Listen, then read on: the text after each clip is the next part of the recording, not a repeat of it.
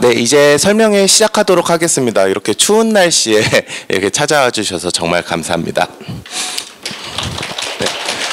네, 시작하기에 앞서서 저희 선생님들 소개 먼저 하도록 할게요.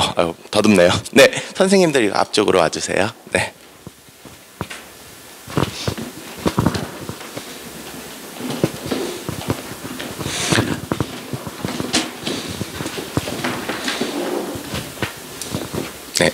인사드리도록 하겠습니다. 네.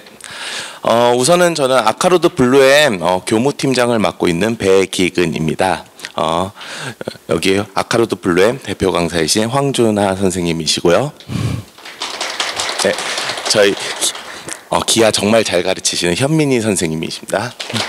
네, 지금 수업 담당하고 허재화 선생님이십니다. 네, 그리고 최종문 선생님이십니다.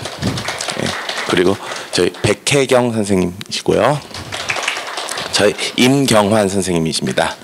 네, 저희가 설명회 마치고 저 뒤에 마련된 자리에서 어머니들 궁금한 부분 1대1로 얘기 나눌 수 있도록 이렇게 시간을 준비했으니까요.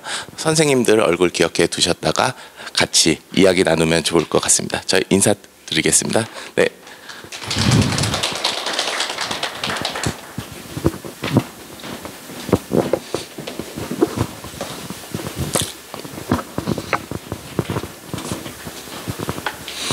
네, 본격적으로 아카로드 블루엠 내신 분석 고등수학 설명회 시작하도록 하겠습니다. 솔직히 지금은요 24년이라고 보는 것보단 25년이라고 보는 게 좋죠. 어머님들도 25년을 바라보고 이 자리에 오셨을 거고요. 저희는요 25년에 어떻게 대비해야 될지, 앞으로 어떻게 대비해야 될지를 오늘 이 설명회에서 말씀드리려고 합니다. 네, 아카로드 블루엠 교무팀장을 맡고 있는 배기근입니다. 앞부분 학생부 관련 내용과 그리고 중등 내신 분석 지금 제가 설명드리도록 할게요. 네, 학교생활기록부. 우선은 내신에 대해서 얘기하기 전에 학교생활기록부가 무엇인지, 그리고 학교생활기록부를 어떻게 챙겨야 되는지에 대해서 먼저 어머님들은 알아두시면 좋을 거예요. 우선은 간단히 예시를 들게요. 진인사 대천명, 최선을 다하고 하늘의 뜻을 기다린다. 저희는 이렇게 최선을 다한다는 말에 가진 그 뜻을 굉장히 중요시 여겨요. 근데 그냥 간단한 예시를 말씀드릴게요. 우리 아이가 달리기 시합에 나갔어요. 그래서 열심히 뛰어. 순위는 높지 않아도 그 최선을 다하는 모습을 칭찬할 수 있어요. 그런데 그냥 이건 진짜 말도 안 되는 상황이에요. 우리 아이가 혼자 반대로 열심히 뛰어요.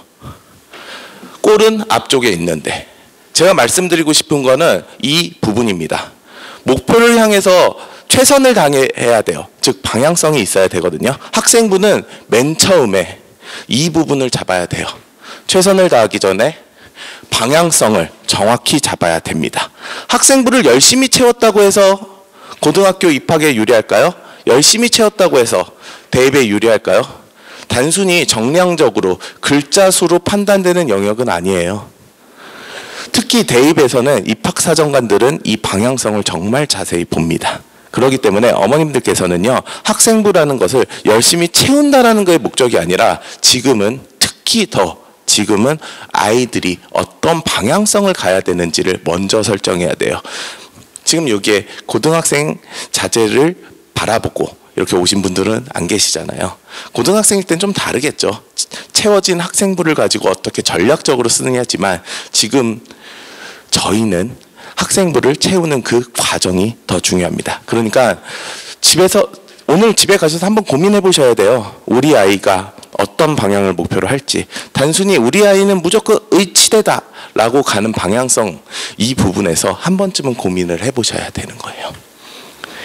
자, 학교생활기록부에 대해서 말씀드리도록 하겠습니다. 학교생활기록부는 학생기본상황, 교과학습 발달사항, 비교과 활동, 행동 특성 및 종합의견 이렇게 있습니다. 실제로는요, 저희 어머님들도 다 학생부가 있어요. 정부24에 요청을 하면은 학생부가 나옵니다. 예전부터 있었던 내용이에요. 그래서 이 내용은 학교생활기록부 종합지원 포털에서 보실 수가 있는 내용이고요. 강조하고 싶은 부분은요, 교과학습 발달 사항 이 부분이겠습니다.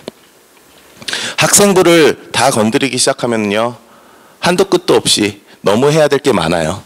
그런데 우선적으로는 교과학습 발달 사항 부분부터 어머니들께서는 집중을 하시면 돼요. 자, 저는요 내용을요 고입 전형과 대입 전형을 기준으로 나눠서 말씀드릴게요. 그리고 제가 개인적으로 인터뷰라고 해야 되나, 주변 지인을 통해서 사범대라서 학교에서 일하는 지인이 많은데 얘기를 통해서 얻은 정보는 제가 페이지에는 넣지 않고 어머니께 이야기로 풀도록 하겠습니다. 마지막에 얘기를 드릴게요. 자, 우선은 고입 전형에서는요 지원 학교에 맞춰 내신 성적을 확보해야 돼요. 그런데 평가 과정에서 공식적인 반영, 그러니까 저희 학교는요 올 A여야지만 1차 통과해요, 이런 얘기를요 페이지상 공식적으로 언급하진 않아요. 대부분 결과론적으로 얘기를 하거든요. 작년에 어떻게 보니까, 작년에 남학생은 사회 역사에서 B 정도는, 이런 식의 얘기가 나와요. 그리고 지원고교에 따라서 달라집니다. 내신 반영은요 1차 예선과 같은 역할이에요. 1차 예선 통과를 못하면 본선, 즉 자기를 어필할 수 있는 기회조차 없어요. 자, 그렇기 때문에 저희는요 주요 과목 올 A를 목표로 해야 됩니다. 지금 우리 아이가 주요 과목 올 A가 아닌데 어떡하지? 이렇게 생각하신 부모님도 계실 거예요. 하지만 그거에 맞춰서 항상 분석이 되고 나중에 입시 방향에 대해서 얘기가 됩니다. 주요 과목 올 A는요 안정적으로 지원하기 위해서예요. 여기서 제가 잠깐 얘기를 하자면요, 과거에서도요 실제로 붙은 학생들 중에서 주요 과목에 B가 있는 경우도 있고 C가 있는 경우도 있다고 해요. 이거는 제가 얘기를 들어온 부분이고, 그런데 구체적으로는 묻진 않았어요. 어떤 부분이 어필이 됐는지. 다만 면접을 통해서 이를 극복한 사례들이에요. 자, 고입 전형 좀 더 구체적으로 할게요. 네, 고입 전형 시 학교 선생님 주도로 그리고 자기소개서에 의한 평가로 이뤄집니다. 진짜 큰 차이예요. 대입과는. 대입은요 입학사정관 그리고 자기소개서를 통해서. 그러니까 중요한 거는 대입은 입학사정관이 있고요 자기소개서가 없습니다. 하지만 고입에선 자기소개서가 있어요. 그러면 고등학교에서의 세특이라든지 학생부 내용은요 자기소개서를 받쳐주는 역할을 해요. 저는 지금 가르치고 있는 아이들한테 입시 목표를 얘기할 때 한 가지로 얘기를 해요. 학교 활동 그냥 열심히 해라. 학교 활동만 열심히 하는 건 아니에요. 물론 탐구라든지 그 이외의 활동을 통해서 역량 키우는 게 더 중요합니다. 그런데 제가 얘기하는 부분은요, 너가 중학교 1학년, 2학년, 3학년 동안에 했던 활동이 결국 자기소개서로 모아지는 과정이에요. 무조건 학생부 최고로 채워야 된다? 그런 내용은 아닙니다. 자, 학생부의 상세한 반영 여부가요 확인하기가 굉장히 어려워요. 이거 검색만 해보셔도 알고요, 이거는 정말 이연령 비연령이에요. 그냥 입학전형에서 공식적인 언급 찾아보기 어렵습니다. 하지만 저희는 알아요. 외대보고 하나고 주요 과목 올 A면 된다. 상상고는요 뭐 하나 B 정도 괜찮다던데, 이거는요 입학을 하고 난 뒤 아이들을 분석한 결과라고 보면 돼요. 공식적인 언급은 없습니다. 그리고 공식적인 언급이 없는 만큼 점수화 시킨다라는 보장은 없어요. 실제로 점수화를 시키지 않는 거로 판단이 되고요. 자, 대입 전형으로 넘어갈게요. 자, 대입 전형은요 다른 거 다 필요 없어요. 일단은요 내신 등급을 정말 높게 확보해야 돼요. 아까 전에 고입 과정에서는요 내신 등급은 1차 예선 역할, 즉 자격시험 같은 역할이에요. 하지만 고입에선 그냥 높으면 유리해요. 그리고 학생부 관리도 필수 불가결 요소입니다. 특히요 세특 엄청 중요합니다. 세특은요 교과 세특, 개인 세특이 있고요. 제가 중요하다고 강조하고 싶은 부분은 교과 세특 부분입니다. 얘기를 이렇게 하면 돼요.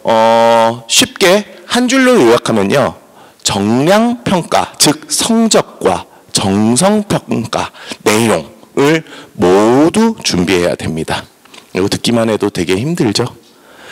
근데 이 내용 자체가 굉장히 오래전부터 추구하는 부분이고 결국에는 이 정량평가 부분을 약화시키고 절대평가로 가려는 게 흐름이에요.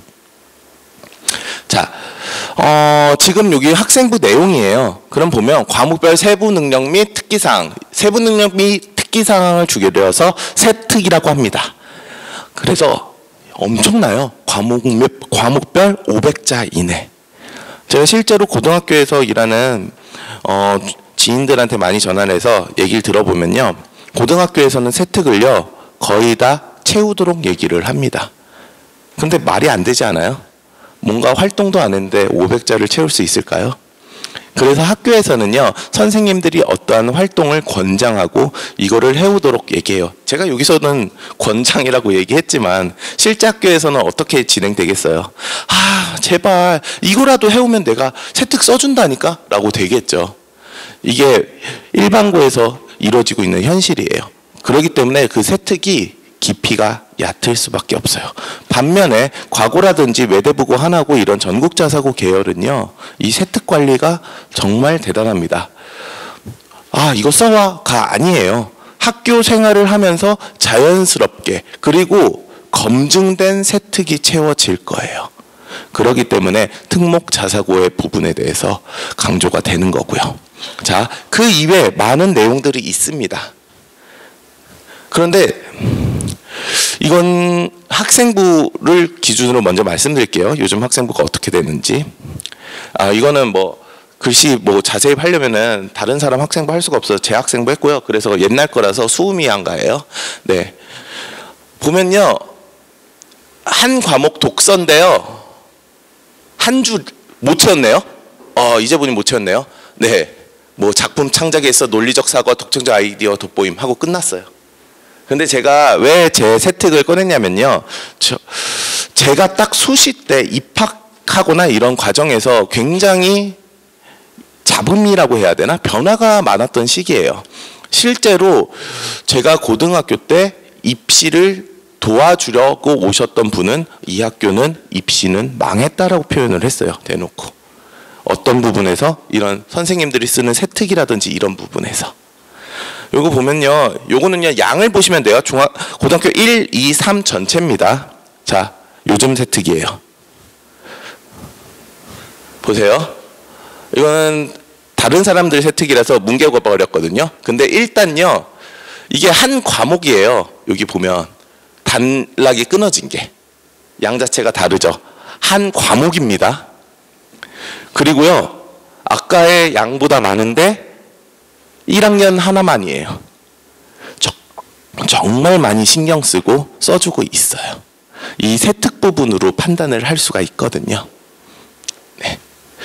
교육부의 방향을 지금 하나 말씀드릴게요. 요 첫 번째 내용을요. 이렇게 해석하시면 됩니다. 대입에서 외부 요인, 사교육, 부모 배경 등이 배제되도록 학교에서 이뤄진 일들로 학생부 내용을 평가하겠다예요. 그래서 어떻게 되고 있죠? 교회 수상활동 X 치고 있고 수상활동 X 치고 있고 각종 활동 X 치고 있죠? 네. 그래가지고 현재 변화되고 있는 부분입니다. 네. 그래가지고 소논문도 기재하면 안 되고 예전에 어머님들 얼핏 아실 거예요. 소논문 열풍 있었던 거 그런 거 다 기재하지 않아요. 자, 외부 요인이 개입될 수 있는 요소 그냥 기재하지 말라고 했어요. 근데 여기서 죄송합니다. 의문점이 듭니다. 교과별 세특 등만으로 판단이 가능할까?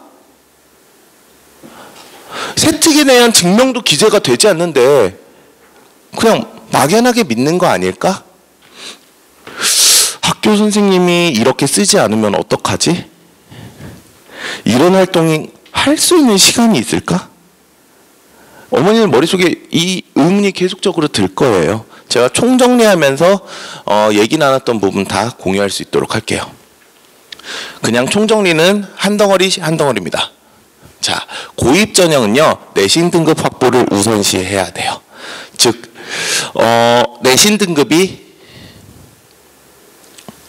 1차 예선. 그래서 내신 등급 확보를 집중해서 움직이면 됩니다. 자기소개서를 뒷받침하는 학생부를 확보해야 되고요. 또는 자기소개서의 자기소개서에 풍부한 소재가 될 학생부를 확보하면 돼요. 자, 고입 전형에서 학생부 관리는 자기소개서를 위한 첫 단계라고 보시면 됩니다. 지금부터 제가 얘기를 드리도록 할게요. 우선적으로는 중학교에서는요, 새특기나 이런 내용을요, 모든 학생들한테 채워주지 않습니다. 학교마다 다르고요. 학교장 재량에 의해서 30%일 때도 있고요, 15%일 때도 있어요. 그러면은요, 어떤 학생들이 채워지게 될까요? 학교 수업을 열심히 한 학생, 선생님이 이거 발표해 볼래? 적극적으로 나서는 학생, 성적이 좋은 학생이겠죠. 자, 근데 특히 현재 초등학교 6학년 자제를 두신 분들은 국제중에 대해서 굉장히 관심이 많을 거예요. 제가 실제로 중학교에서 일하는 선배를 통해서 얘기를 들었는데, 그 중학교에서는 과고라든지 이런 과고, 영재교 과고 아니면은 하나고라든지 이런 학교를 보내는 학생에 대해서는 세특을 많이 신경 쓴다고 해요. 그 학생에 대해서. 그 학생은 어떻게 선별되는 거지? 선별이 아니에요. 학교에 가면요, 선생님들은 묻습니다. 목표가 어떤지. 고입 목표를 물을 때가 있어요. 그러면 그런 것들을 적극적으로 얘기를 하고, 학교 수업 열심히 들으면서 학교 내신 관리가 철저히 되잖아요. 자연스럽게 세특이 쌓이는 거예요. 그렇기 때문에 나중에 막바지에 자기소개서 쓸 때 아이들이 자기소개서 내용을 보고 그걸 토대로 발전시켜요. 그러면 이게 어떻게 발현이 되냐? 실제로 고입에 담당하는 선배한테 얘기를 했을 때요, 세특으로 점수화시키는 건 아니라고 해요. 다만 자기소개서가 놓여져 있죠. 그럼 이 자기소개서를 볼 때 세특이 갖춰지면요, 자기소개서의 신뢰도가 올라간다고 합니다. 자기소개서의 신뢰도가 올라가면요, 면접으로 만약 진행되면 면접 분위기가 사실화 검증으로 될 거예요.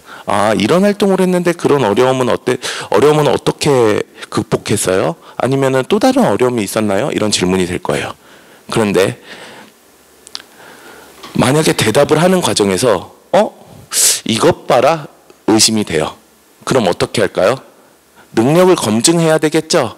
그러면 그 능력 검증은 어떻게 할까요? 첫 번째, 해당 실험이라든지 자기소개서 소스에 관련된 심화 질문을 던질 거예요.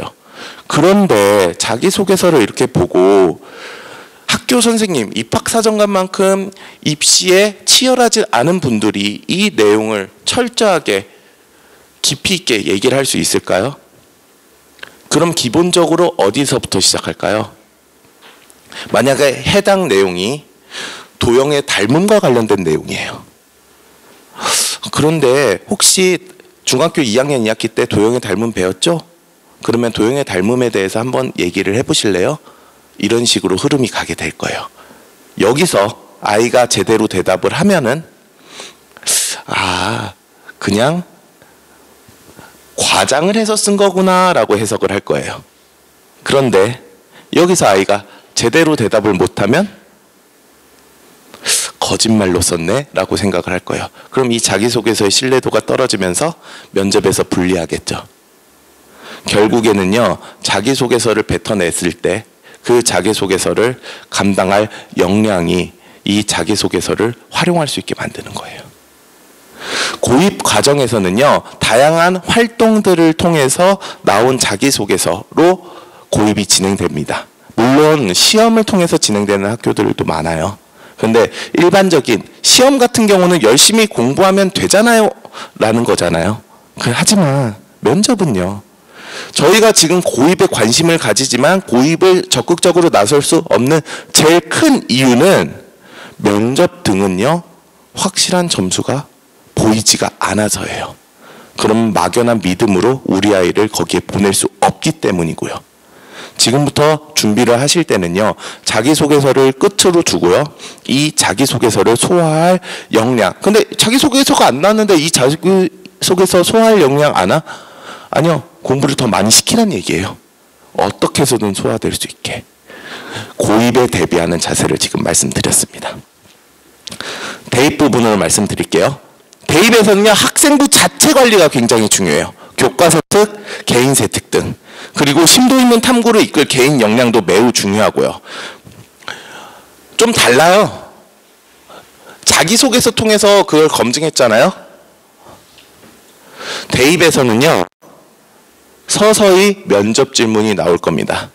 이번에 서울대 면접을 본 고3 학생이 있어요. 저랑 장난도 많이 치고 이런 얘기를 했죠. 그래서 서울대 면접을 갔다는 얘기를 했을 때 제가 농담으로 이랬습니다. 아, 서울대 위험이 좀 떨어지는데? 그러니까 그 친구가 이렇게 얘기를 했어요. 걱정하지 마세요. 저는 이미 떨어졌어요. 라고. 되게 웃기지만 슬픈 얘기죠. 그 학생이 얘기를 했어요. 자기는 물리 원만 집중적으로 했는데 자연 탐구로 쓰니까 물리 2를 질문하더라고요. 라고 해요. 이런 질문들이 생길 거예요. 세특 내용들을 확인하는 방법입니다. 아까 전에 의문 중 하나, 세특을 과연 어떻게 검증할까잖아요. 첫 번째는요, 이런 식으로 면접에서 질문을 통해 확인이 되는 겁니다. 두 번째, 모든 선생님들이 세특을 쓰잖아요. 그러면은요, 집단 지성이라고 해야 되나요? 이 아이가 대략적으로 보이게 된다고 해요. 그 세특을 통해서 학교 생활이 어떻고 이 학생의 깊이가 어떤지가 보일 수밖에 없대요. 많은 정보들이 들어가니까. 학교 과목이 11과목이면 11과목의 선생님들이 모두 입을 맞춰서 이 학생을 어떤 방향으로 설명할 수 있을까요? 불가능하지 않나요? 그렇기 때문에 이 학생에 대해서 다양한 관점들이 들어가고 큰 줄기가 그 학생의 강점이 되고 입학사정관들은 이걸 캐치하는 거예요.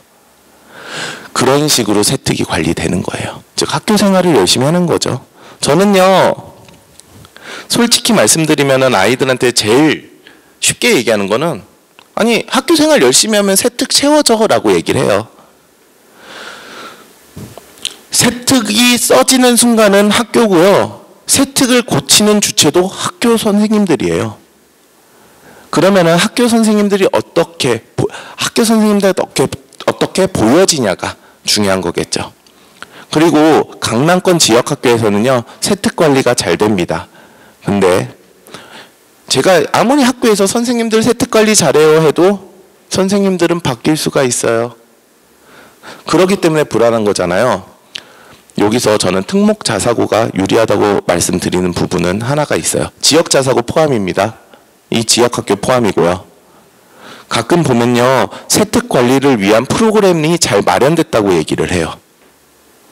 이 부분의 차이가 생기는 거예요. 교과 세특이 어떤 게 유리하고 어떤 게 도움이 되는지가 그 학교는 검증이 된 거고, 이 검증은요, 직접 때려 맞아봐야만 아는 검증이에요. 검증이 됐고 그걸 운영하면서 세특을 채워나가고 정말 믿을 수 있는 학교죠. 요즘같이 점점 교과 세특이 강조되는 시기에 학교에서 하는 활동을 확실히 믿을 수 있죠. 컨설팅 업체나 이런 데를 가는 거는 저는 강력 추천합니다. 다만 방향성 잡는 데서 중요한 거지 세특을 예쁘게 채운다의 측면에서는 좀 맞지는 않다고 해요. 1순위는 학교를 믿을 수 있는 학교를 가고 학교를 믿고 우리 아이가 학교에서 이쁨을 받는 거고, 그 다음이 보완적 측면으로 가야 되겠죠. 네, 세특 관련된 얘기는 여기까지 하고, 이제 세특 관리나 학생부 관리 이전에 내신 필요하다고 했죠. 내신 분석 시작하도록 하겠습니다.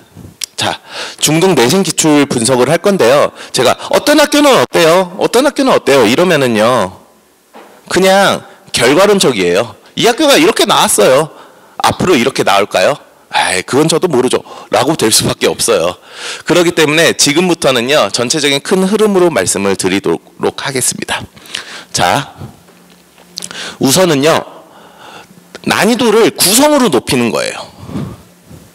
자, 숙명여중 2024년 2학년 1학기 중간고사 총 26문항. 와, 서답형 9문항이에요. 저도 이거 오탄 줄 알고 다시 찾아봤어요. 진선여중 2학년 1학기 중간고사 총 26문항, 언주중 2학년 1학기 중간고사 총 26문항. 어머니께서 서답형이 많으면은 시험이 더 어렵다고 판단하실 수 있는데 실제로는요 객관식이 더 어렵게 나올 가능성은 있어요. 답을 작성하긴 쉽잖아요. 아니요, 서답형은요 어느 정도 교과서 기반으로 내고 나올 거라는 게 예측이 돼요. 그런데 26문제 시험이라고 길게 안 봅니다. 45분이에요. 분당 2분 해도 한 문제당 2분? 물론 2분 하면 안 되죠. 2분 하면 일단 넘어가고요. 26문제 45분이요. 굉장히 타이트합니다. 대신에요. 문항별 난이도는 높지 않아요. 시간 압박. 우리 아이는 시간 압박 너무 느끼는데 그거 고쳐야 됩니다. 그런 걸 고치려면요. 유형 연습을 정말 해야 돼요. 내신 관리는 일종의 스포츠예요. 그냥 한순간, 이 시험 한순간을 위해 가지고 얼마나 많은 노력을 쏟냐거든요. 유형 암기라든지 유형 연습을 해야죠. 플러스 실전 모의고사를 통해서 시간 관리 연습을 해야 돼요. 롤플레잉, 상황극 같은 거예요. 내가 시험을 보다가 이거를 잘 못했을 때 어떻게 극복하지? 이런 것들을 직접 해봐야 돼요. 우선은 한 가지 얘기를 말씀드리자면요. 왜 2학년 1학기들이 이렇게 시험 문제가 많냐면은 실제로는 2학년 1학기에 방정식 활용이라든지 이게 붙지 않으면요 난이도가 높지는 않아요. 실제로 난이도가 높지 않아서 이런 형태를 취한 거예요. 자, 근데 안 좋은 소식, 최근에는 대부분의 학교 시험 문항수가 많은 편이에요. 불과 4, 5년 전만 해도요 22문제 선이면 그냥 납득, 20문제 넘었으니까 좀 힘들었겠네 이랬거든요. 요즘은 25문제 기준으로 봐요. 25문제를 넘는다? 와, 네, 뭐 가끔 소문항 있죠. 한 문제 1번, 2번, 3번 딸려 있는 거, 그런 걸로 했을 때 34문제 이렇게 나오는 학교도 있어요. 물론 계산으로만이지만. 시험 대비는요, 시험 대비 수업이라든지 이런 게 필요한 거예요. 시험 대비 철저하게 해야 되는 이유고요. 자, 교과서를 보도록 할게요. 네, 앞으로 내용을 위해서 교과서를 보는 건데 이게 바뀐 교과서입니다. 제가 이거를 그냥 넘긴 이유는요, 크게 바뀌진 않았어요. 네, 물론 내용적인 추가 이런 부분은 있지만 그래도 아이들 학습하는 데는 큰 차이를 못 느낄 겁니다. 자, 경시경향성이라는 표현을 쓸 겁니다. 경시경향성은요 KM이나 이런 걸로 배웠을 때 유리한 부분이에요. 그리고 이런 거와 관련된 심화가 붙는 거. 1학년과에서는요 소인수 분해, 즉 정수 이론과 관련된 거, 기본오형 작도 등 기하 이론과 관련된 게 있어요. 문해력, 이해력 연관. 중학교 1학년, 2학년 1학기 때까지는요 요게 제일 커요. 특히 1학년 1학기 기말고사를 보게 되는 거다거나 그러잖아요. 1차 방정식 활용, 여기서 난리 납니다. 아이들 너무 힘들어해요. 근데 이거 정말 달달달 연습할 수밖에 없어요. 이따가 예시를 하나 보여드릴게요. 네, 휘발된 개념이란 표현을 제가 썼는데요. 뭐냐면요, 머릿속에서 휘리릭 자주 쓰지 않아서 지금 다들 선행을 하는데 선행을 하면서 머릿속에서 사라지는 개념들이 있어요. 약수와 배수와 입체 도형입니다. 입체 도형은 무조건 다시 3번 설명을 들어야 됩니다.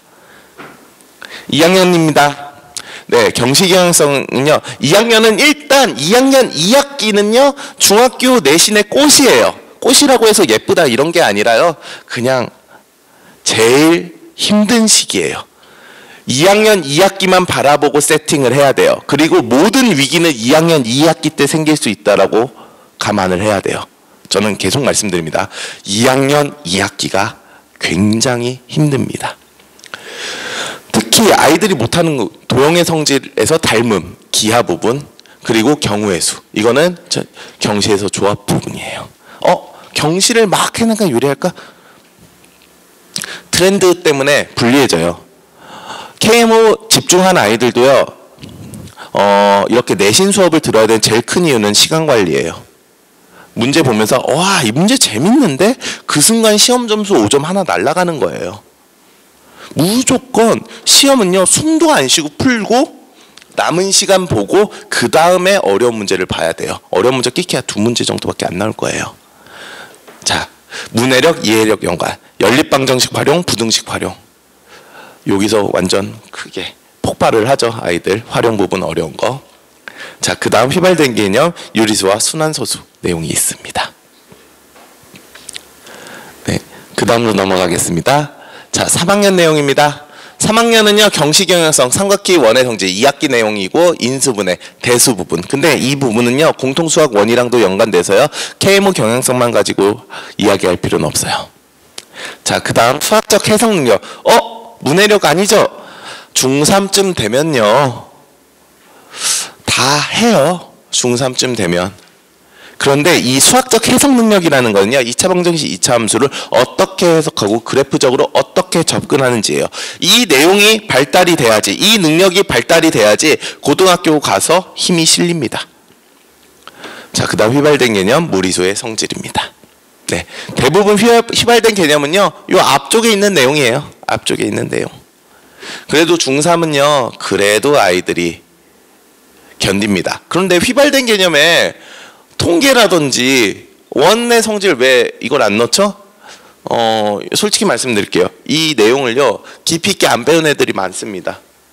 그렇기 때문에 저는 별도로 기하 정리, 총정리 수업을 듣도록 추천드리고 있어요. 자, 교과서가 되게 미묘하게 달라요. 중학교 2학년 도형의 성질 파트를 보면요, 삼각형의 성질에 피타고라스의 성질이 들어있습니다. 비상교과서라든지 동화였나? 네, 이런 몇몇 교과서에서는 이렇게 들어있어요. 근데 원래는요, 닮음의 피타고라스 성질이 있거든요. 정리가 있거든요. 자, 대세는 닮은 부분에 피타고라스 정리가 있는 부분이에요. 대부분의 문제집들은 요거를 따르고요. 도입 시기가 다릅니다. 도입 시기가 다르면요, 증명이라든지 문제 연관성이 달라요. 와, 그러면은 우리 아이는 정말 힘들겠다. 오히려 피타고라스 정리가 굉장히 약화돼서 나온다라고 해석하시면 되고, 학교 수업을 열심히 들으면 극복이 됩니다. 자, 교과서를 보면요, 저평각이라는 내용이 있어요. 근데 제가 금성 교과서만 유일하게 저평각 내용이 없습니다. 금성 교과서는 참고로 대청 중에서 사용하고요. 저평각 없으면은 뭐 큰일 나냐? 그런 건 아니에요. 뭐 문제를 풀거나 이런데 큰 차이가 생기는 건 아니에요. 다만 저평각이 있는 게 대부분의 교재 메인스트림이다 라고 생각하시면 됩니다. 자, 모의고사 기출기반 신유형에 대해서 말씀드릴게요. 아카 에센셜은 모의고사 기출을 많이 넣었는데 2016년 고1 3월 30번입니다. 30번. 자, 24년 서운중 3학년 2학기 기말 20번 문제 나왔어요. 네. 이거는 대놓고 노렸다고 보는 게 맞아요. 대놓고 노렸다고 보는 게 맞아요. 그리고 아마 학교에서는요, 이 문제에 대해서 언급을 하고 소개를 했을 거고요. 왜냐면 고1 3월 모의고사 대비도 좀 신경 써야 되거든요. 그런 부분이 담겨있다 보는데, 직접적으로 연관은 안 되더라도요, 신유형은요, 대부분 문제집을 통해서 찾는다기보다는요, 모의고사를 통해서 발견된다라고 보는 게 맞습니다. 자, 경시경향성 말씀드릴게요. 휘문종 2024년 3학년 이렇게 중간 21번인데 이거 그냥 아는 거 아닌가? 자, 약수의 개수라는 표현이 있죠. 이런 것들은 정수를 배운 아이들한테 훨씬 더 유리해요. 자, 이거는 중동중 2024년 2학년 2학기 기말 12번이고요. 이거는 모양을 보면 메넬하우스 정리가 생각이 나죠. 뭐 직접적으로 이런 거를 무조건 활용해야 된다는 거 아니에요. 다른 풀이가 있고 극복하는 방법이 있습니다. 그런데요, 객관식일 때는 활용하는 게 좋죠. 주관식일 때는 중등 내용에 맞춰서 쓰셔야 되고요. 자, 부등식 활용이에요. 자, 여기서 한 가지 말씀드릴 부분은요, 우선적으로는요, 이렇게 부등식 활용, 방부등식 활용이 이렇게 글이 길게 있어요. 그런데요, 여기 단대부중 1학년 1학기 기말 17번, 16번이죠. 많이 나와요. 그냥 딱 봐도 많이 나와요. 그러니까 많이 나온다의 기준은요, 어떻게 생각을 하셔야 되냐면요, 소단원마다 문항수가 일정하게 배분된다라는 기준으로 갈게요. 그러면요, 1차 방정식의 활용은요, 소단원 하나예요. 참고로 소단원 하나에서 두세 문제 나올 때 나옵니다. 그러면 많이 나온 거죠. 정말 한 개념 가지고요. 활용은요, 정말 열심히 연습해야 돼요. 특히 1학년 1학기 기말 1학년 2학기 기말에 방정식이 포함된 경우 철저하게 연습해야 됩니다. 이거는 연습이 진짜 많이 필요해요. 작문 유형으로 넘어가요. 이 작문 유형 같은 경우는요, 대명중 문제였는데, 대명중 같은 경우는 작문 유형을 정말 많이 활용을 하는 편이에요. 와, 선생님들 문제 내기 되게 힘드셨겠죠? 이런 식으로 문제를 쭉 읽어보고 그걸 파악해야 돼요. 그런데 이러한 작문 유형은 학교 수업 열심히 들으시면 돼요. 교과서에 나오는데, 이거 보면은 방정식 풀어서 시 감상하기 이런 거 전혀 관계 없을 것 같죠? 냅니다. 학교나 이런 데서 문제를 정말 많이 내요. 그런데 이런 문제요, 처음 보면 어려운 거예요. 보고 나면 안 어려운 거고요. 학교에서 한 번도 안 한 거를 시험 문제에 낼까요? 교과서에 없는 걸 낼까요? 그렇기 때문에 교과서에 있는 내용을 철저하게 준비를 하면 돼요. 개념 합답형 문제입니다. 자, 여기 보면은요, 숙명여중 2024년 3학년 1학기 기말인데요. 보통 어머님들 기역, 니은, 디귿 문제 풀면은 기역, 니은, 디귿 이렇게 생각하잖아요. 시옷까지 나왔어요. 예전에 역삼중은요, 이응인가? 지읒, 치읒 막 이렇게까지 뽑아냈고요. 그런데 요즘 더, 이거는 제가 이렇게 표현할게, 악랄한 트렌드는요, 개수를 물어봐요. 이거 애들 많이 무너집니다. 이건 연습 진짜 많이 해야 돼요. 정말 많이 해야 되는 거예요. 그리고 가끔 어머니 옆에서 애들 문제 푸는 거 보는데 아이가 아이고 길어서, 문제 길어서, 물론 직접 이렇게 하진 않겠지만 문장이 길어서 잘 안 읽힌다? 뭐 어쩌겠어요? 이런 문제 빠른 시간에 풀어야 되는데 그런 자세 안 좋습니다. 자, 보통은 이런 내용은 1학기 내용에서만 있을 거라 생각하는데요. 지금 보면요, 신동중 2학년 2학기 기말에 보면 도형에서도 이렇게 묻힐 수 있고, 참고로 이 도형 모양새는요, 모의고사에 나왔던 거예요. 모의고사에서는 이 그림에서 길이값을 구하도록 나와 있지만 이거를 여러 문제로 해석을 한 거죠. 확률에서도 나오게 되고요. 특히 확률 문제는 정말 어렵습니다, 아이들이. 자, 개념을 심화시키고 또는 선행 개념을 플러스 시키는 게 있는데, 이 선행 개념 플러스라는 거는요, 굉장히 위험한 발언이 될 수 있어요. 선행 촉진을 하라는 표현일 수 있는데, 그렇다기보다는요, 중학교 내용에서 고등학교 내용 들어갈 때 그 중간에 이게 뚝 끊겼다 들어가는 건 아니잖아요. 중간 연결고리점을 살짝 긁는 게 있어요. 우선은 요건 심화 개념이에요. 그래서 정 20면체 강문을 3등분점을 이어가지고 중학교 1학년 2학기인데 3등분점 이런 식으로 얘기를 하면은요, 아이들 닮음 개념을 좀 배워두면 유리한 거예요. 물론 닮음 직접적으로 쓰면 함정에 빠질 수 있지만 그런 개념들이 필요한 거죠. 여기서는요, 지금 이 부등식 표현은요, 실제로는 연립부등식에서 쓰는 표현 같은 경우는 약간 기피하는 게 있습니다. 왜냐하면 연립부등식이 전부 다 고등학교 과정으로 넘어갔기 때문에. 요 선행 개념 이런 부분을 대비하기 위해서는 저는 개인적으로 추천하는 교재는 1품 풀어보는 거 굉장히 추천을 해요. 중학교 1품 교재 같은 경우는요, 그 중간 징검다리 역할에서 그래도 중학교에 가까운 편이에요. 수학의 신도 있지 않나? 수학의 신 같은 경우는 약간 고등학교에 너무 가깝거든요. 근데 중학교에 가까운 거는 1품 교재고, 웬만한 1품 교재를 풀면은 내신 대비를 하는 1차적인 준비가 된다고 판단을 합니다. 자, 연산이 되게 복잡해요. 보면은 여기서 5부터 51을 넣었을 때 뭐 어쩌고저쩌고 얘기되죠. 물론 요거는 분석을 하면 해결이 되겠지만 이 내용 자체만으로도 연산이 되게 많아요. 보시면 뭐 기하분수 소수로 나타내는 것은 원래는 보통은 4자리 5자리까지 하지만 아주 신나게 6자리 꽉꽉 채웠죠. 네, 이렇게 연산을 양을 늘려서 복잡하게 만듭니다. 네, 그 다음 작은 시행, 이 부분 중요합니다. 이 부분이 왜 중요하냐면요, 학교 선생님들은요, 시험 문제를 내기에 시간이 충분하지가 않아요. 학교 일도 너무 바쁘거든요.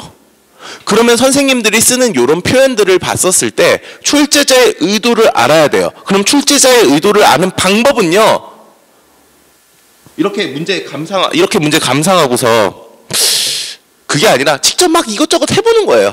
그러면서 규칙성을 찾아야 되는 거거든요. 이런 문제도 잘라보면서 확인을 해야 돼요.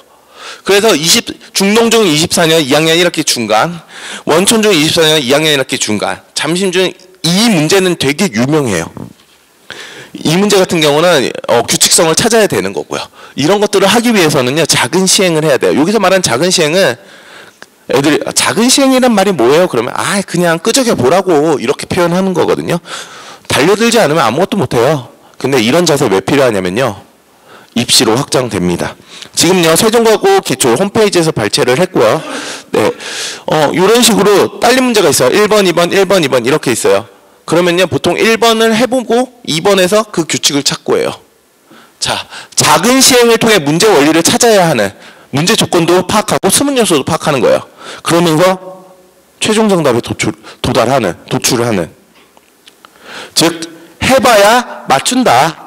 아무것도 안 해보고 어떻게 해요? 이런 자세를 키우기 위한, 이런 자세를 갖춰야지 맞출 수 있는 문제입니다. 자, 정리를 하겠습니다.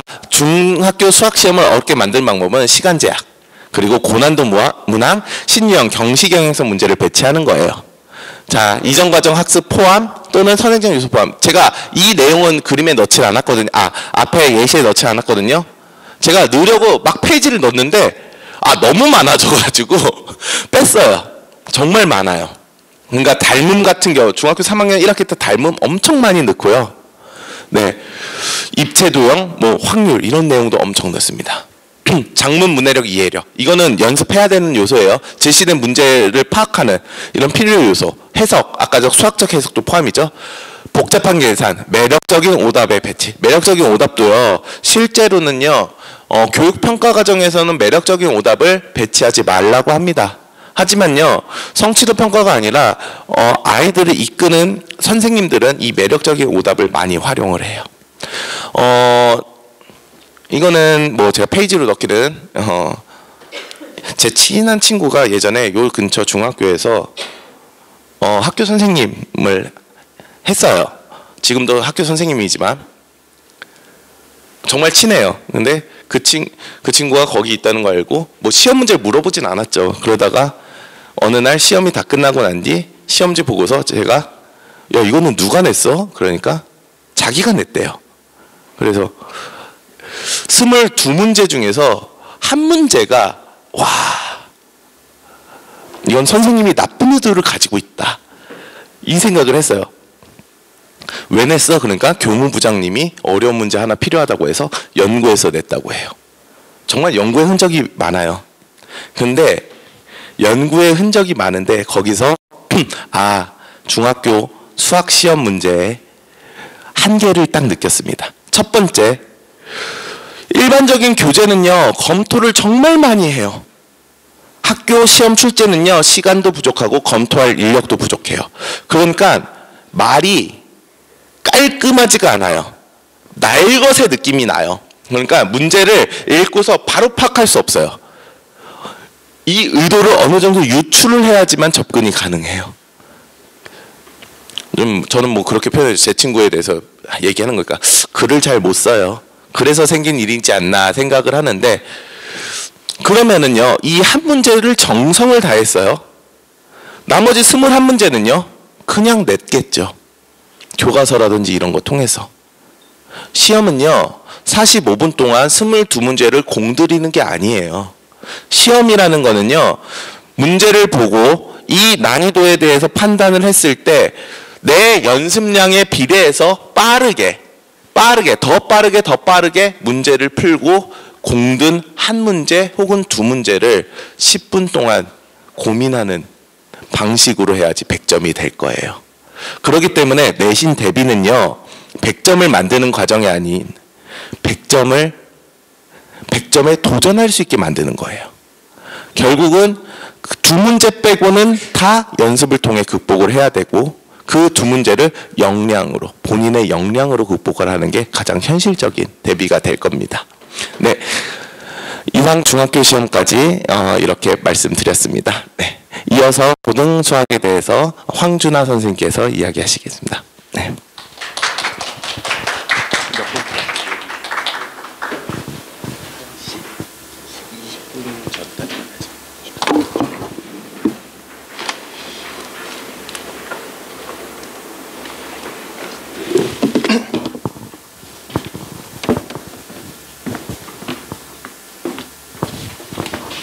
안녕하세요.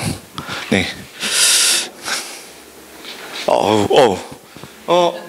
제가 아까 소개를 받을 때 뭐 대표 강사 이런 얘기를 했는데, 대표 강사 이런 거 사실은 별로 아니고요. 그냥 뭐 있어 보이려고 하는 거고, 제가 여기 나온 이유는 한 가지예요. 제가 여기 아카로드에 온 지 조금 1년이 좀 넘었어요.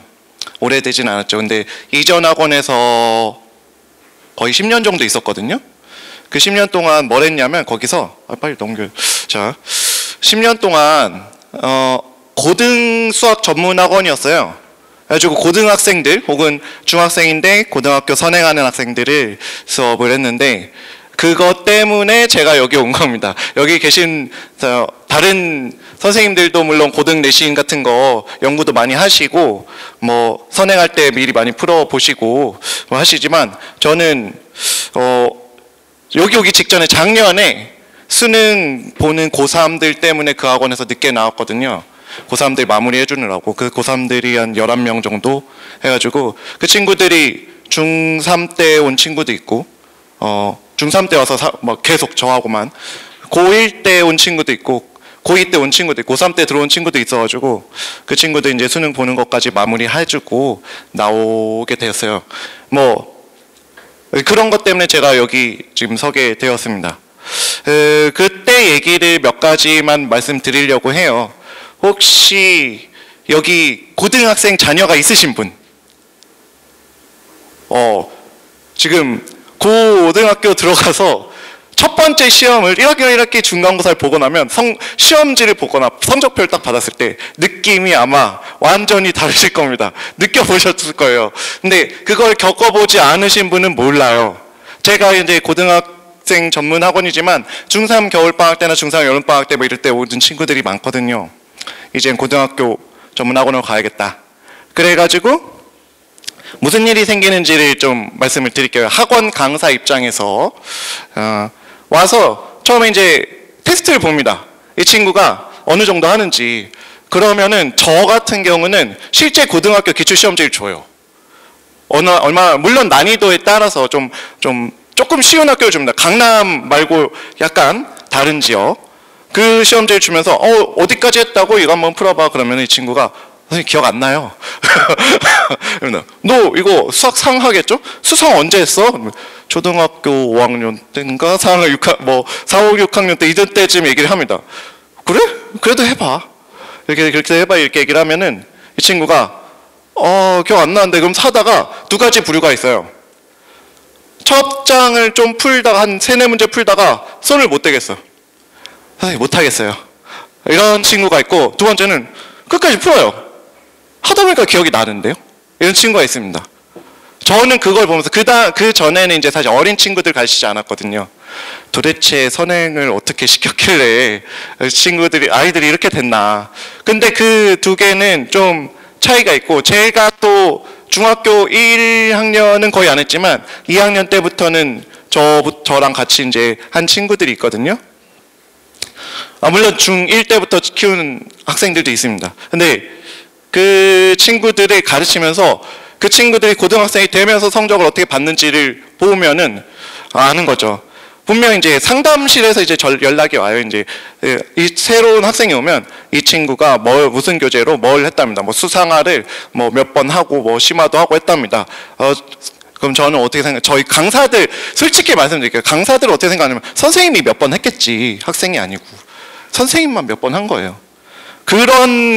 제가 이제 어린 친구들을 가르치면서 제일 중요하게 생각하는 거는 그런 일이 발생하지 않게 하기 위해서 여러 가지를 아이들한테 얘기도 하고 뭐 교육도 시키고, 어떤 걸 어떻게 했을 때 이 친구들이 좀 오래 기억에 남을까, 그거를 말씀을 드리려고 여기 왔습니다. 이제 요거를 일단 넘어가고요. 보시죠. 이게 여러분들이 교육에 관심이 많으니까 티처스 이런 것도 많이 보셨을 거예요. 저도 거의 다 봤거든요. 거기서도 언급을 했습니다. 수학 A, 그러니까 이게 고교 입시 때문에 중학교 내신 이거 뭐 이런 거 얘기를 하는데, A 뭐 이렇게 어느 학교를 가려면 뭐 올해 이름, 아까 이제 백인 팀장님도 말씀하셨지만 저는 사실은 입시에 대해서는 전혀 몰라요. 제가 학생 때도 몰랐고 제가 고등학생들 가르치면서도 솔직히 고등학생 입시는 더 인생을 결정하는 대학교를 들어갈 때 그런 경향이 있기 때문에 그냥 입시 전문가랑 상담을 해라. 학교 선생님 입시 전문가랑 상담을 하지 나는 수학만 가르친다. 네 수학 실력만 얘기하고. 그런데 A 받은 거 보십시오. 수학 A가 비율이 60%. 휘문 중이죠? 물론 휘문 중학교도 시험을 보고 들어가는 건 아니지만 수학을 잘하는 친구들이 많고 수학 시험도 어려운 편이에요. 대청중도 수학 시험 어렵습니다. 하지만 수학 A가 34.5%. 여러분들 이제 5등급으로 바뀌지만 9등급제에서 고등학교 내신 1등급이 4%인 거 아시죠? 바뀐 게 10%예요. 10%는 이전에 2등급이랑 비슷합니다. 2등급이 11%였으니까. 자, 4%면 반에 25명 있다면 1명이에요. 34%는 몇 명이죠? 이 친구들이 어머님들 기대를 하실 거야. 우리 애가 고등학교 가서 어느 정도 성적을 받아야지. 받을 수 못할 수도 있겠지만 받아야지. 이렇게 생각하시는데 고1 들어가서 1학년 1학기 중간고사를 보고 일단 아이 시험지를 보고 충격을 많이 받으세요. 아니 이게 점수라고 받아온 거야? 경험을 안 해보신 분은 모를 겁니다. 아니 중학교 때 맨날 90 몇 점, 뭐 80점만 받아도 너 이렇게 못했어 이렇게 얘기하는데 고등학교 가서 50점 받아옵니다. 50점 이게 점수냐? 근데 등급으로 보면 실제로 제가 겪은 일을 말씀드릴게요. 이 친구는 휘문고 학생인데 중학생 때부터 저한테 왔어요. 중3 때 와가지고 고1, 고2, 고3 하고 작년에 시험을 보고 재수를 하겠다. 뭐 휘문고가 재수 비율이 제일 높고 학생들 눈높이가 높기 때문에 재수를 하겠다 이랬는데 그 친구는 실제로 휘문고에서 내신 1등급도 받아본 친구입니다. 근데 그 친구 1학년 1학기 기말고사 성적이 50점이었어요. 50점인데 몇 등급일까요? 3등급입니다.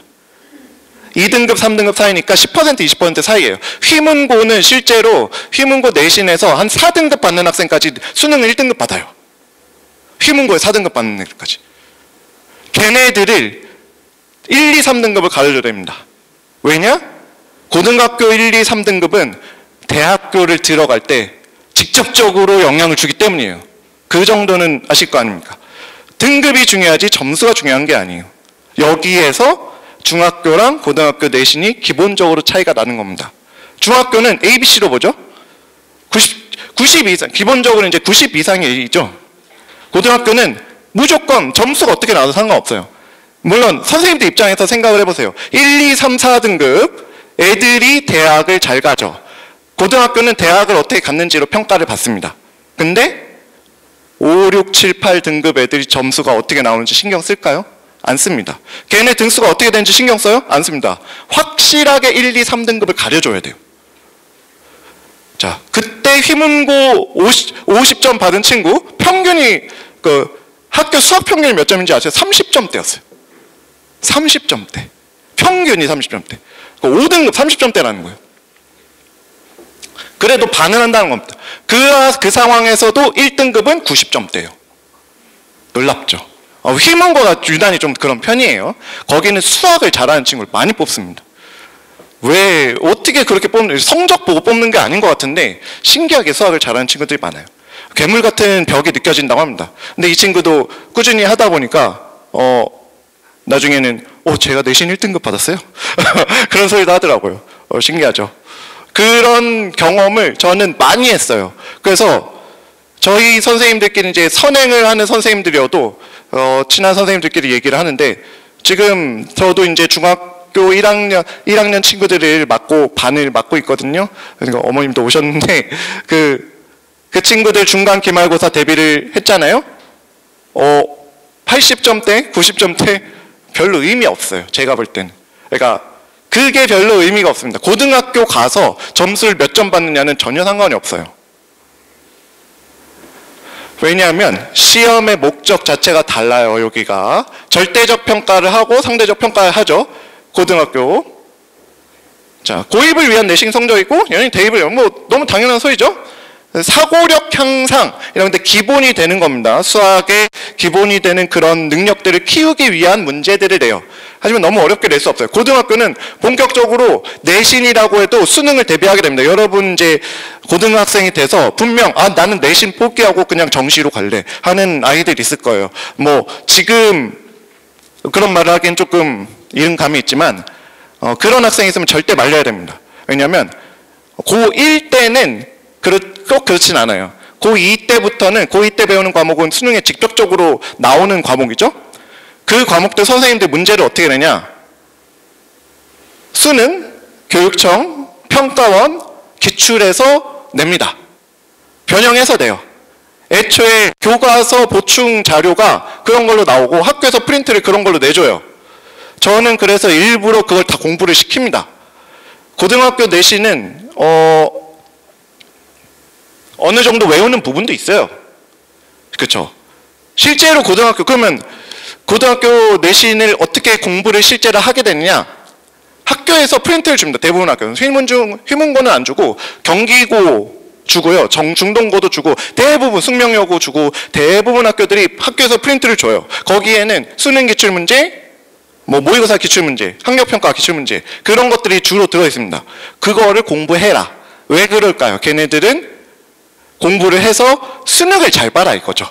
고등학교 선생님들 내신을 가리기 위해서 어렵게 내지만 수능 경향성 무시할 수가 없어요. 왜냐하면 걔네들 어차피 수능 보고 최저 맞추고 정시로 가야 될 애들도 있기 때문에.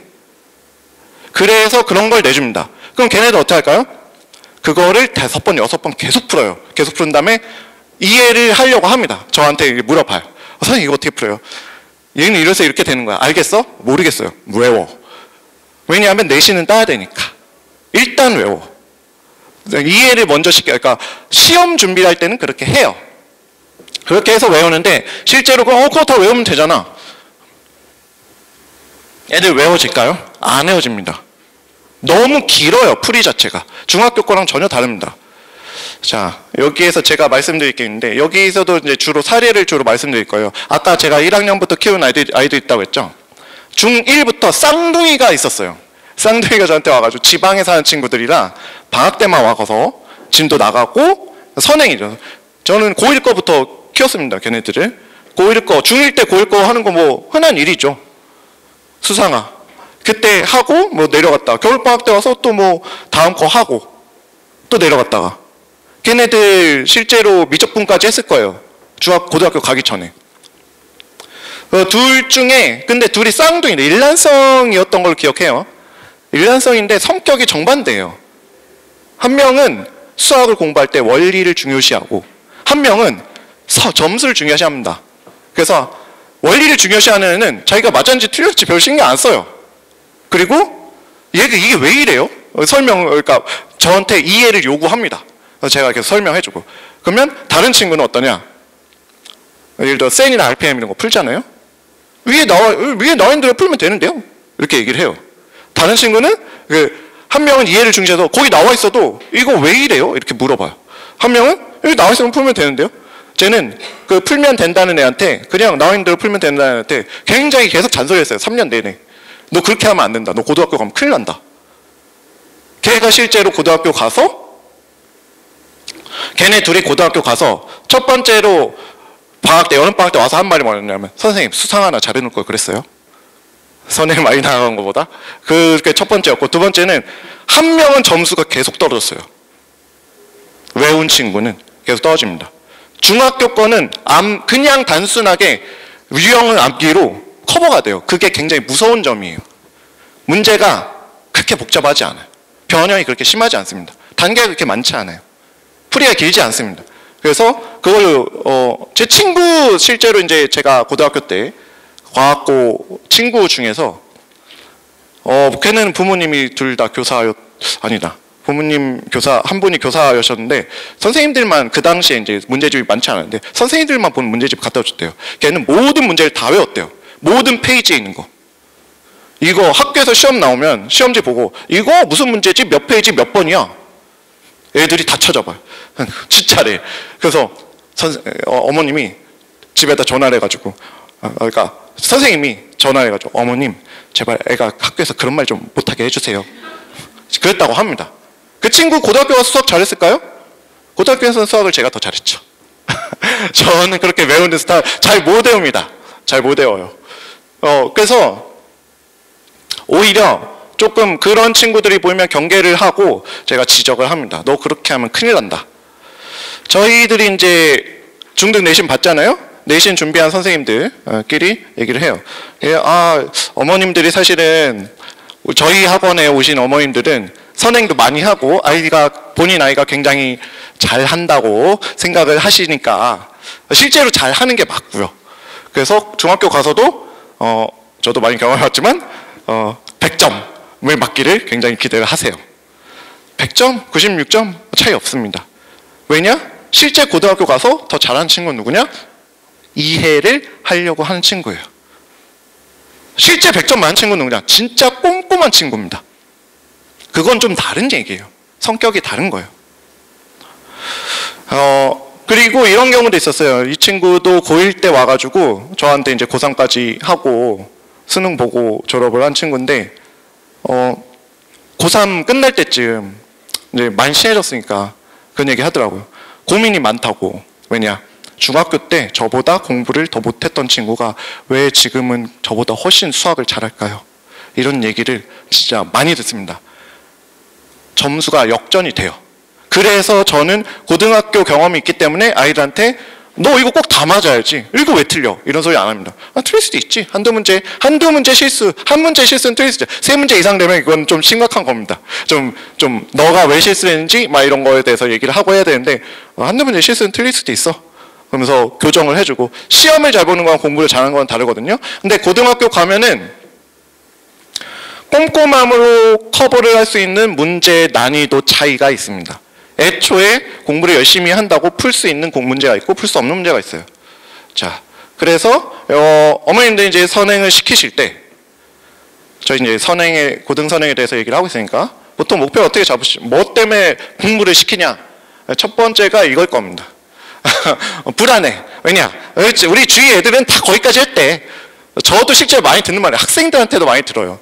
제 친구는요, 미적분하고 있어요. 저 친구는 확통 다 했대요. 이런 얘기 하는데, 제가 아까 말씀드렸죠. 그 쌍둥이들이 고등학교 1학년 여름방학 때 와서 뭐라 하는지, 선생님 수상 하나 잘해놓을 걸 그랬어요. 이겁니다, 이거. 제대로, 항상 하는 말이라서 학생들한테, 너희들은 얼마나 빨리 하느냐가 중요한 게 아니야. 제대로 하느냐가 중요한 거다. 제가 또, 여기서 또 하나 말씀드리면, 이 친구도 중3 때 와가지고 고등학교 졸업할 때까지 저한테 있었어요. 지 친구는 심지어 인강도 안 들었어요. 현우진 이런 거 수업 들은 적도 없고 교재도 안 봤어요. 저한테만 했어요. 놀랍죠? 그 친구는 선행을 한 적이 없답니다. 저한테 다 했어요. 미적분 해서 수능 1등급 받고 서울대도 붙었고 지방 국립대 약대를 붙어서 약대 갔습니다. 굉장히 열심히 한 친구예요. 근데 내신 1등급은 정말 받기 어렵더라고요. 그래서 어쨌든 그 친구도 불안했어. 내 친구들 먼저 다 나왔다는데요. 개정 전이죠? 개정 후에는 미적분 2가 되죠? 개정 전 미적분은 수원하고 수투가 합쳐진 거예요. 수원, 수투가 제대로 되어 있으면 미적분을 진도를 쓱 나갑니다. 그 친구 미적분을 언제 했을까요? 고3 올라갈 때 겨울방학 때 했어요. 그래도 미적분 선택하고 1등급 받습니다. 빨리 하느냐가 중요한 게 아니에요. 제대로 하느냐가 중요한 거지. 그래서 그런 게 중요한 게 아니다. 그래서 저는 그 사례를 들어서 아이들한테도 많이 얘기를 해요. 두 번째, 우리 아이가 어디까지 할 수 있나? 어디만큼 잘하나? 진짜 잘한다. 이런 거. 뭐 그런 거를 하실 수도 있는데, 뭐 이게 정말 선행에 도움이 되느냐? 아이들도 자기 성취를 굉장히 좋아하는 친구도 있어요. 내가 이만큼 한다. 학교 가가지고 학원 교재 딱 펼쳐놓고 숙제하면서 나 여기 해. 뭐 이렇게. 그런 친구들이 정말 잘할까요? 나중에? 전 모르겠네요. 여러 번 해야 된다. 여러 번 해서 적응해야 된다. 어느 정도는 맞는 말이기도 해요. 제가 근데 늦게 항상 이제 상담할 때 어머님들하고 이제 전화하고 상담할 때도 늦게 해도 잘할 친구는 잘합니다. 그리고 배워야 될 단계가 있는, 아까 미적분 얘기했지만 수상하도 중3-1, 3-2가 제대로 되어 있지 않으면 하다가 이게 뭔 소리냐 구멍이 뻥뻥 뚫릴 수가 있어요. 그런 거를 제대로 해야 다음 게 됩니다. 물론 학생의 경우에 따라 다를 수 있어요. 자, 내신기간, 이거 굉장히 많이 얘기하는 거예요. 수학을 미리 해놔야 내신기간 때, 고등학교 내신기간 때 다른 과목을 공부할 수 있다. 맞는 말입니다. 수학 안 돼 있으면 수학에 공부를 많이 해야 되죠. 그런데 실제로 수학 잘하는 친구들 내신기간 수학 공부 안 할까요? 수학이 제일 중요한데 수학 공부합니다. 다만 그 조금의 차이가 있어요. 참 시험에 이제 감을 살리고 좀 뭐 자기가 어느 정도 하는지 하고, 그래도 내신 그 친구들 보면, 제가 가르치는 학생들 보면 내신 기간 때 딴 공부한다고 수업 빠지는 애들 수학 잘하는 거 본 적이 별로 없습니다. 그 휘문고 1등을 받았던 친구도 내신 기간에 꼬박꼬박 주 2회 왔어요. 학원에 항상 왔습니다. 그 감을 계속 살리고 싶은 거예요. 실제로는 여러분들이 하셔야 될 목표예요. 사실은 학생마다 수준에 따라 다른데 저희 학원에 왔으면은 저도 그렇게 가르칠 겁니다. 학생들 그렇게 가르칠 거고, 내신 1등급이 목표이셔야 돼요. 물론 5등급제로 바뀌어가지고 내신 1등급이 10%이지만 여러분들 수능은 안 바뀌는 거 아시죠? 수능은 10%면 2등급이에요. 2등급, 제 학생들한테 그렇게 얘기합니다. 너희들 수능 1등급 받아야 되고 고등학교 내신 가서 1등급 받으려고 지금 하는 거라 하고, 그러면 아이들이 전 안 되겠어요. 저는 그냥 포기할래요. 이렇게 얘기하는데, 니네가 지금 몇 년 남았는데 그때까지 내가 그렇게 만들 거라고 그렇게 얘기를 합니다. 그래서 제가 아까 말씀드렸던 것처럼 내신 1등급을 받으려면 수능, 평가원, 교육청 기준, 사실은 수능과 연결이 되는 거예요. 수학은 그렇습니다. 내신하고 수능하고 다르지가 않아요. 물론 1학년 때는 좀 다릅니다. 1학년은 수능이 직접적으로 출제가 되지 않기 때문에 굉장히 좀 다르게 어렵게 나와요. 자, 내신 1등급이 얼마나 실제로 어려운지를 말씀을 좀 드리자면은, 한 친구가 있었는데 이 친구는 고등학교 2학년 때 왔어요. 이 친구는 좀 외국에 좀 학교에 다니다가 한국으로 대학교를 진학해야 되겠다. 그래서 한국으로 왔습니다. 그때도 계속 꾸준히 한국 교육과정으로 공부를 하고 있었다고 해요. 경기고로 왔어요. 경기고가 공립이죠? 근데 잘하는 친구, 그러니까 공립이라서 이제 그냥 가는 거지만 잘하는 친구들 벽이 굉장히 두터워요. 1등급 밖에 안 외워졌습니다. 이 친구가 제가 가지고 있는 모든 기출시험지, 거의 모든 기출시험지 진짜 한 3년 정도 다 풀고요. 전 내신 1등급 받고 서울대 갈 거예요. 그렇게 해가지고 그 욕심이 굉장히 많은 친구였어요. 내신 1등급을 받고 싶다고 해가지고 정말 빠릅니다. 빠르고 열심히 하고 시험지 숙제를 내주면 한 10개, 20개를 다 해와요. 한 주 안에 다 풀어오고, 선생님 이거 질문이에요. 와서 질문만 합니다. 제일 효율적으로 학원을 이용했던 학생인데, 그 친구 수능, 평가원, 교육청, 기출 다 모든 문제를 제가 다 단원별로 해가지고 다 풀렸어요. 이 친구 1등급 못 받았어요. 내신 1등급. 제가 조금 미안한 부분이 있는 게 사관학교 기출을 안 풀렸어요. 사관학교 경찰대가 문제가 수능하고 범위는 같은데 조금 경향성이 달라요. 좀 보통 선생님들이 말하는 더럽게 나온다. 계산도 더럽고 뭐 이딴 걸 내, 뭐 이런 거 나오는데 거기서 나오는 건데, 물론 이 친구가 공부 양이 부족해서 1등을 못 받았냐, 그건 아닙니다. 제가 나중에 분석할 때 공부할 때도 계속 얘기했지만, 너가 그런 식으로 문제의 패턴을 외우고, 이 친구도 패턴을 외우는 친구였어요. 문제 패턴을 보고 파악하고 이런 식으로 방법만 이해를 하지 않고 방법만 얘기하면은, 그렇게 하면은 너 공부하기 쉽지 않아, 성적 받기 쉽지 않아. 근데 그 친구는 머리가 좀 많이 좋아서 잘 외우더라고요. 또 나왔던 문제는 확실히 잘 풀어요. 근데 겪어보지 못한 문제가 나오니까 굉장히 당황하면서 실수도 한두 개 더 하고 1등급을 못 받았어요. 2등급 받고 수능은 1등급을 받았습니다. 수능 1등급을 받고 고대 정치학과 쪽으로 간 걸로 알고 있는데, 서울대에 넣을까 하다가 그냥 갔다고 하더라고요. 하여튼 이 친구는 어머님이, 동생도 중학생인데 저한테 보내셨었어요. 근데 좀 미안하지만 이제 제가 이 학원을 오면서 동생을 좀 다른 원장님께 맡기고 왔죠. 아무튼 그렇습니다. 장기적으로는 제가 실제로 추구하는 겁니다. 내신 1등급 노력하는 거죠. 고등학교 내신 1등급 노력해서 받을 수 있으면 좋아요. 하지만 모든 학생이 받을 수 있는 건 아니니까. 그리고 그 학교에 상대적인 거기 때문에 얼마나 수학을 잘하는 친구들이 많으냐에 따라서 달라요. 그거는 어쩔 수가 없습니다. 그 벽이 있어요. 휘문고 같은 경우 내신 1등급 정말 맨날 내신 1등급 받는 친구 온 적이 있거든요. 저한테. 시험 푸는 기계예요. 풀고 하나 실수 틀리면 혼자 고치고 네 그러면서 다음 거 주세요. 풀고 이렇게 이거 모르겠는데요. 이거는 이거 이렇게 딱 얘기하면 네 알겠어요. 풀고 넘어가. 걔는 영어를 1등급 못 받더라고요. 영어 1등급 받는 친구한테 너는 어떻게 영어를 1등급 받니? 그 전형적인 이과 친구예요. 그러니까 그런 이과적인 마인드를 어렸을 때부터 아주 장착하고 태어난 사람은 살아남을 수 그 1등급을 받을 수 있죠.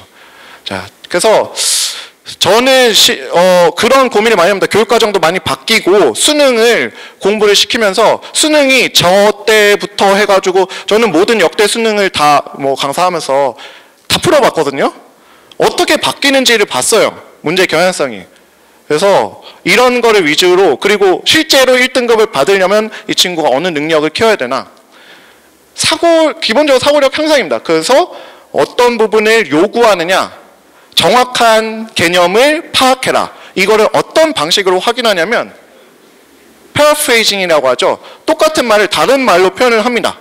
원래 정의가 아니고 실제로 아이들한테 정의를 굉장히 강조해서 얘기하지만 다른 표현으로 하는 거를 봤을 때 이게 내가 아는 그 개념이구나 라는 걸 이해할 수 있으면 그 내용을 확실히 안다고 생각해서 수능에서 이런 식으로 많이 변형을 해요. 그거를 똑같이 수능에 나오면 그게 되겠죠. 아까 저 백인 팀장님이 중등 내신에서 모의고사 기출 나왔었죠. 그거 고1 3월 학력평가는 중학교 내용으로만 나오거든요. 거기에서 나왔던 어려운 문제들이 중등 내신에 그대로 변형돼서 나오거나 그대로 나오거나 그런 경우가 많습니다. 그런 것처럼 고등학교도 마찬가지예요. 수능에 나온 문제 그대로 변형돼서 나옵니다. 평가원, 모의고사 기출 다.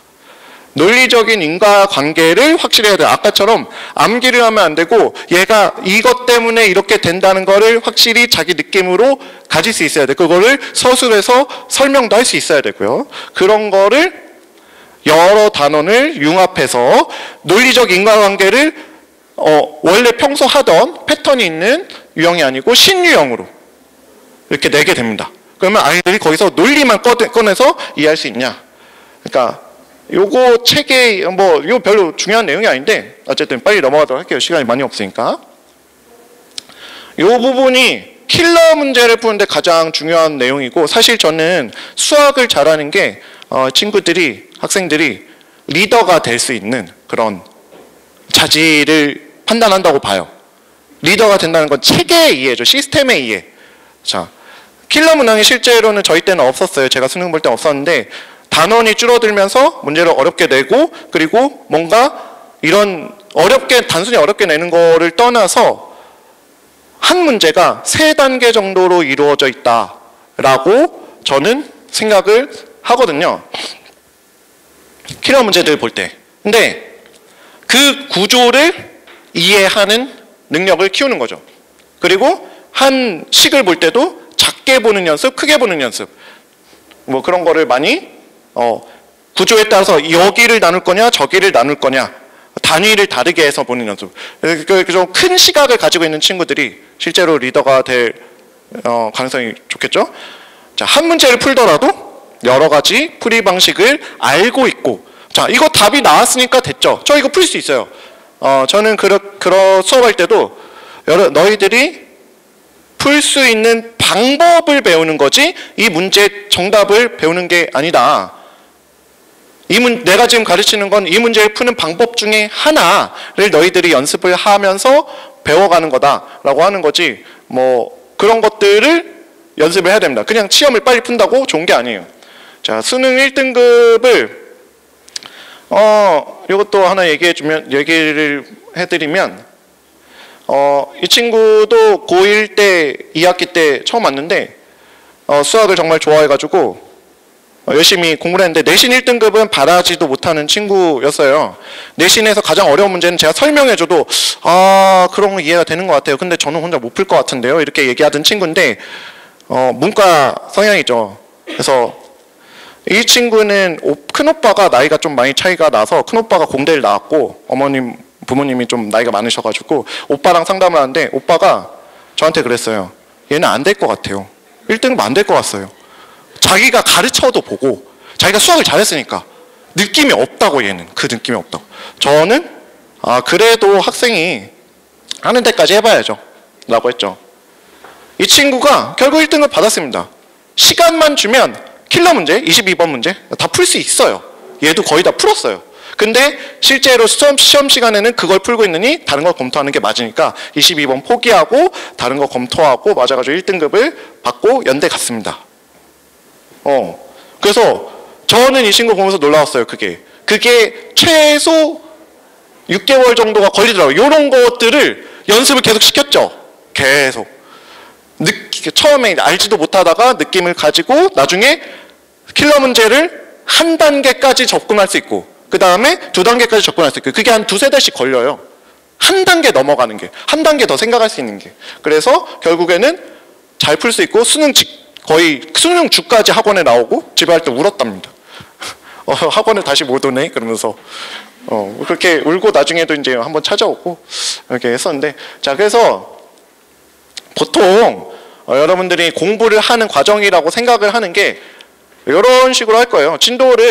수업을 듣고 개념을 이해한 다음에 문제를 푼 다음에 그거를 어떻게 푸는지 모르면 열심히 해서 익혀 이거죠. 근데 이게 중학교 때까지 되게 잘 통해요. 자, 그래서 저는 이제 미리 선행을 하더라도 지금 저희 반도 그렇고요. 고등학교 기출시험지를 간혹 풀립니다. 2주에 한 번씩. 실제 기출시험지. 물론 난이도는 어려운 걸 주기도 하지만 대부분 쉬운 걸 줘요. 그럼에도 불구하고 점수는 처참하죠. 근데 아이들이 중학교에서 고등학교 올라가면서 그 내용을 미리 적응을 해야 됩니다. 아까 수능에서 요구하는 그런 킬러 문제 정도까지는 아니지만 그런 비슷한 문제, 그러니까 그런 능력이 있어야 풀 수 있는 문제들이 있어요. 그러니까 아까 쌍둥이 얘기도 했었죠. 외워서 푸는 아이들. 그런 아이들이 언제 바뀌냐면, 언제 그걸 느끼냐면 자기가 안 될 때 고민을 하고 해결을 하게 됩니다. 그래서 여러분들도 계속 평소에 일이 잘 풀리면 하던 대로 계속 하면 되잖아요. 일이 잘 안 되면, 성적이 안 나와. 그때 고민을 하고 뭔가 하던 걸 바꿔야 됩니다. 그거를 조금 일찍, 그러니까 공부를 할 때, 선행을 할 때 미리 시키는 편이에요. 너희들이 목표를 높게 잡아서 그리고 고등학교 시험 문제 이 정도 나와. 니네들이 점수는 이 정도 받아야 될 것 같아. 그러면은 공부를 열심히 해야 되겠지? 뭐 이런 식으로 좀 얘기를 하는 편인데, 자 그래서 그 다음 단계로 시험을 보고 좌절을 해야 돼요. 그리고 고민을 하고 그 다음에 사실 이런 거였구나 이해를 하고 그 다음 기억을 하게 됩니다. 이런 방식을 통해서 제가 강조하고 싶은 건 이거예요. 고등 내신 실제로 기출 문제를 풀어봐라. 어머님들 중에서는 중등도 선행하면서 중등 내신 기출 문제를 풀려보시는 어머님들 있을 거예요. 그러면 좀 다르죠. 실제 공부한 거랑 학원에서 단원 테스트 본 거, 총괄 테스트 본 거랑 실제 기출 문제 풀어보면 점수가 다를 겁니다. 고등은 훨씬 심할 거예요. 그래서 저는 이런 부분을 연습을 하라고 말씀을 드리고 싶고, 그러면 상대적인 건데 어떻게 하냐, 우리 아이가 진짜 시험을 잘 본지는 어떻게 하냐, 학력평가 기출문제를 풀어보면 거기는 등급 컷이 이미 다 나와 있는 시험지입니다. 고2, 3월 학력평가는 고1 내용으로 나와요. 그런 걸 풀어보면은 우리 아이를 채점해가지고 모의가 보면은 티처스에 나오는 시험지들도 사실 그런 걸 편집해서 조금 쉽게 나오는 편집한 버전일 거예요. 그래서 등급을 알 수가 있을 겁니다. 물론 저는 이제 실력 정석 이상 정도 하고 나서 그걸 할 준비가 됐다라고 생각을 해요. 그래서 저희 반 애들은 그런 식으로 하고 있는데, 그래서 제 팀장님하고 얘기해서 팀장님이 먼저 생각을 하고 계셨더라고요. 이런 거를 하는 특강반을 만들 거다. 그래서 그에 대한 소개는 팀장님이 해주실 겁니다. 감사합니다.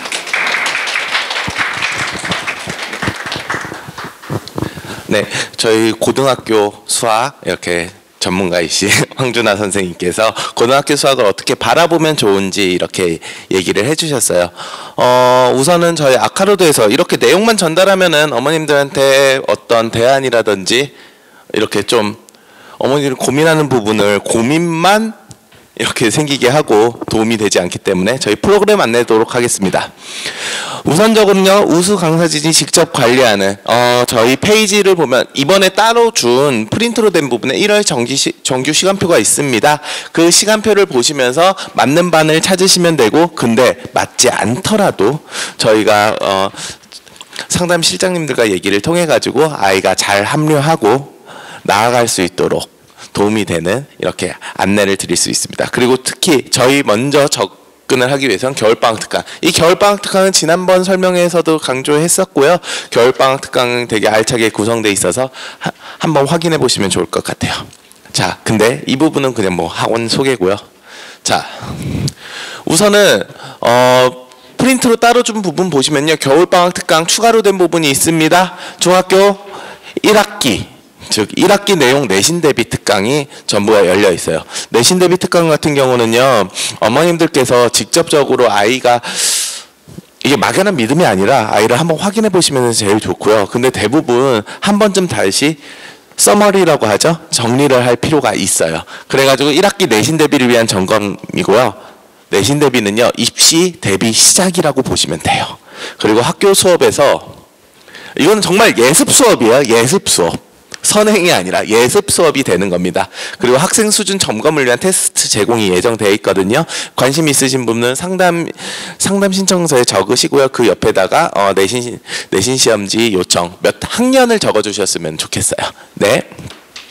그 다음에 저희 블루엠 프로그램 설명하기 전에 저희 뭐 나스라고 하죠, 서버에 있는 이런 폴더를 보여주신 건데, 이걸 왜 보여드렸냐면요, 지금 이거 그냥 1분만 잘라낸 거고요. 강남상고 교육특구 기출 분류 및 관리가 진행 중이에요. 제가 이걸 왜 보여드리냐면, 저희 고등학교 내신을 위해서 한두 개 돌려쓰겠다는 얘기 아니에요. 정말 많이 모았고요. 말도 안 되게 모았거든요. 연도별로 해가지고 과목별로 정리가 다 돼 있습니다. 이걸 토대로 저희는요, 3월에 주말 특강을 진행할 예정입니다. 고1 1학기 기출문제 풀이고요. 중간 기말이겠죠. 그래서 강남 3구랑 교육특구, 목동 분당 등, 그리고 전국 자사고 이런 학교들을 하고 실전 모의고사 후 풀이 진행이에요. 앞에서 말씀드렸듯이 어느 정도 아이가, 솔직히 말씀드리면 이 특강은요, 그냥 막연하게 들으라고 말씀드린 거 아니에요. 상처받을 용기가 있으시면 추천드리는 거예요. 분명히요, 성적 받으시면요, 저는 많이 굴려봤거든요. 했을 때마다 전화를 정말 많이 해야 됐어요. 어머님들께. 정말 점수가 충격적으로 나올 거예요. 그래서 보통 실력까지 하고 보라고 하는데, 그래도 경험상 우리 아이가 꺾이지 않을 거라는 확신을 가지고 계신다면요, 이 부분 추후 안내 저희 홈페이지나 이런 부분에서 볼 수 있거든요. 그래서 그때 신청을 해주시면 되겠습니다. 네, 저희가 학생들의 성장을 이끄는 아카로드 블루엠이 되도록 하겠고요. 지금 저쪽 반대편에 선생님들 계신데요. 선생님들이랑 이렇게 상담, 그리고 입시 관련이든 어떤 얘기를 나누거나 궁금한 부분이 많으실 거예요. 어떻게 해야 되는지 그런 부분 상담을 할 수도 저희가 준비했으니까요. 직접 오셨으니까 선생님들과 이야기 나눠서 더 많은 정보 얻어가시길 바랍니다. 네, 아카로드 블루엠 설명했습니다. 감사합니다.